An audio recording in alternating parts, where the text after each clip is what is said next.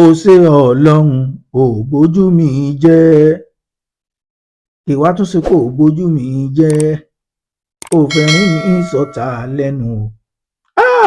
ṣé ká lọ́lọ́run bójú Moyọ̀ Lawal jẹ́ ni àbóhùn ló bójú ara ẹ̀ jẹ́. ẹ̀yin abiyamọ ayé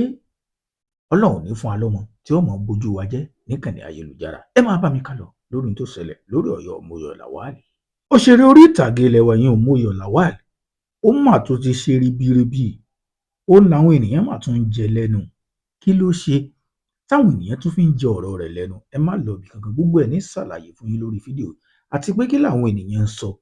níkànnì ayélujára lórí ọ̀rọ̀ Moyọ̀ Lawal. ẹ̀yin náà mọ òṣèré orí ìtàgé wa ni tó gbajúgbajà dáadáa lẹ́yìn ìgbà tí wọ́n gbé fọ́nrán rẹ̀ jáde níjó ní níbi tó ti ń ṣe yùnkínyùnkín tó ti ń kọ̀yìn sájà tó ti ń gbé nǹkan sí nǹkan tó ń gbé logo sílága òun àtọkùnrin kan.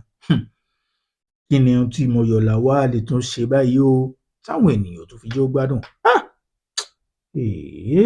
ẹnu ìmọ̀ sìn lára fọ́kìmù gbogbo ẹ̀ ní fọ̀gbà àyàngà fún yín. ẹ̀yin náà wà mọ̀ yìí pé ẹ wo mo tiẹ̀ kọ́kọ́ ń bọ̀ náà ẹ kọ́kọ́ gbọ́ lẹ́nu Moyọ̀ Lawal mo ń bọ̀. ẹ̀yin tèmi ẹ ṣé o ẹ̀yin tí ẹ ṣe tèmi náà ẹ̀yin náà ẹ ṣé thank you so much everyone. ẹ̀yin tẹ́ kó wa jẹ ẹ ṣeun ẹ̀yin tẹ́ ẹ̀ sì gba tìá náà ẹ̀yin náà ẹ ṣeun. ṣùgbọ́n ẹ má jẹun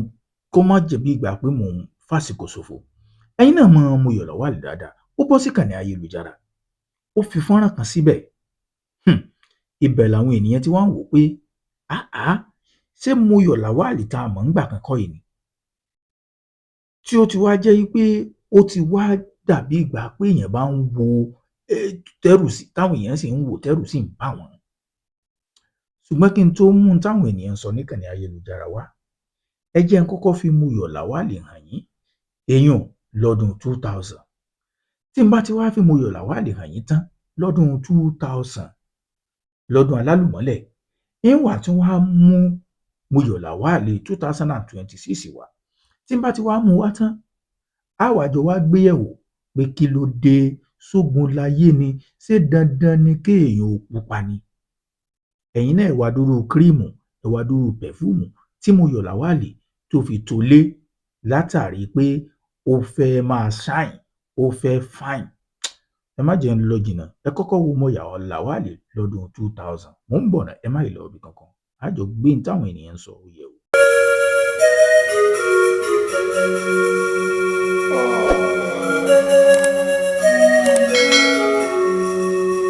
mo rò pé ẹ̀yin náà ti fojú ara yín rí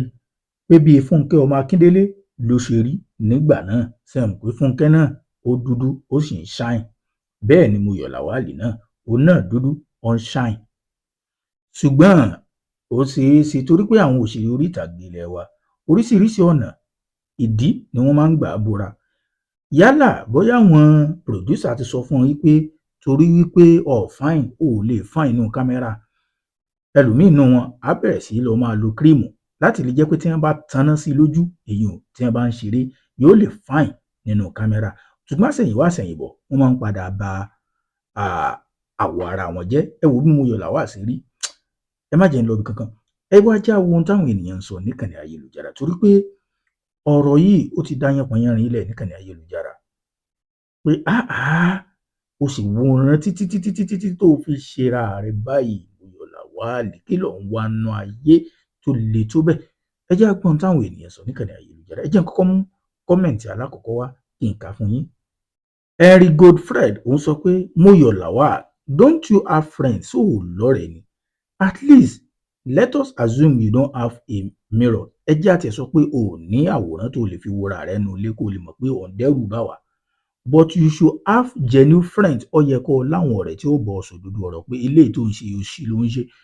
that will speak truth to you ó yẹ kí yẹn kí wọ́n mọ̀ bọ́ ọ sọ òdodo ọ̀rọ̀ that's all olóhùn sọ tòun òun sọ tán kí lẹ́lòmíì tún sọ ẹja tún wò. Vic James Mike ń sọ pé I remembered back then when Moyo and Funke acted I need to know ṣé nǹkan mo sọ fún yín mo nígbà náà ó jọ Funke Akíndélé tí mi ò fẹ́ ẹnìkan ti kọ́ ọ́ síbẹ̀ ní olóhùn rántí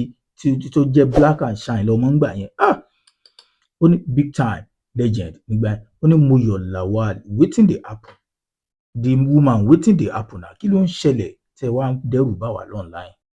Ẹ jẹ́ àdúgbọ́n tẹ́lòmíì sọ eléyìí sọ pé we still love you Moyo Lawal, we are not getting young but old it's natural, you are still our baby. Ẹ̀rí ara àwọn tí wọn bá sọ òdodo ọ̀rọ̀ ni ó yẹ kí wọ́n lè bá a sọ òdodo ọ̀rọ̀ pé ó yẹ kó tètè stop gbogbo àwọn cream tó ń lò torí pé ìgbẹ̀yìn ní máa dùn olóko àdá. Ẹ jẹ́ àtúgbọ́n tẹ́lòmíì sọ. Expensive DJ Logic òun sọ pé this bleaching is too much madam.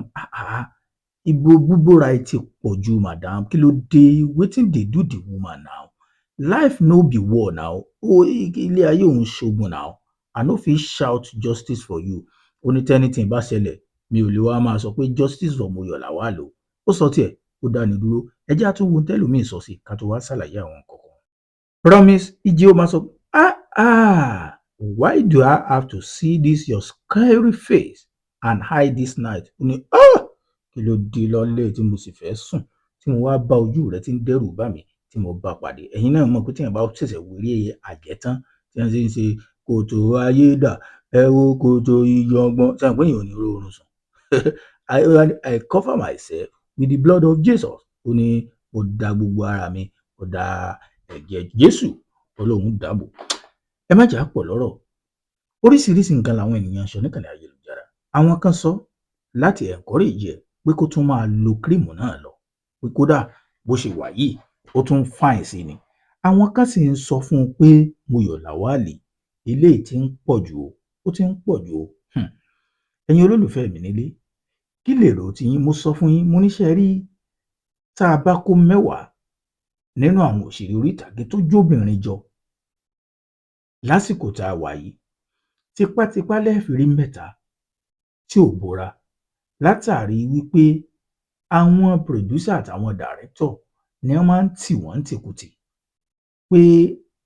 àwọ̀ rẹ̀ yìí tá a bá tanná sí kìí fine nínú kámẹ́rà ṣùgbọ́n látàrí pé àwọn náà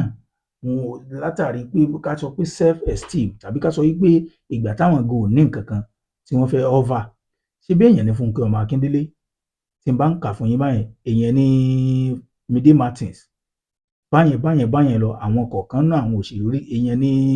ìyàwó Lateef Adédìméjì yìí bí pé àwọn èèyàn báyẹn tó jẹ́ pé kí ni o wọ́n dúró lórí ọwọ́ wọn pé ṣé ẹwà yìí àwọ̀ yìí ní fi máa ṣeré yìí. Ṣùgbọ́n gbà tó yẹ pé wọ́n ní nǹkan lọ́pọlọ tí wọ́n fẹ́ rọ́fà àwọn ènìyàn ń pè wọ́n ṣiṣẹ́ náà. Kò dìgbà tí èèyàn bá tó bóra tó ṣe ṣẹ́ńṣẹ́ńṣẹ́ńṣẹ́ńṣẹ́ń kó tó di pé irú àwọn eléyìí báyìí ní ìsìn ẹ má jẹun pọ̀ lọ́rọ̀ kí lè rò ó tí ẹ drop comment ẹ bá sọ jọrọ níkànnì ayé ní comment section.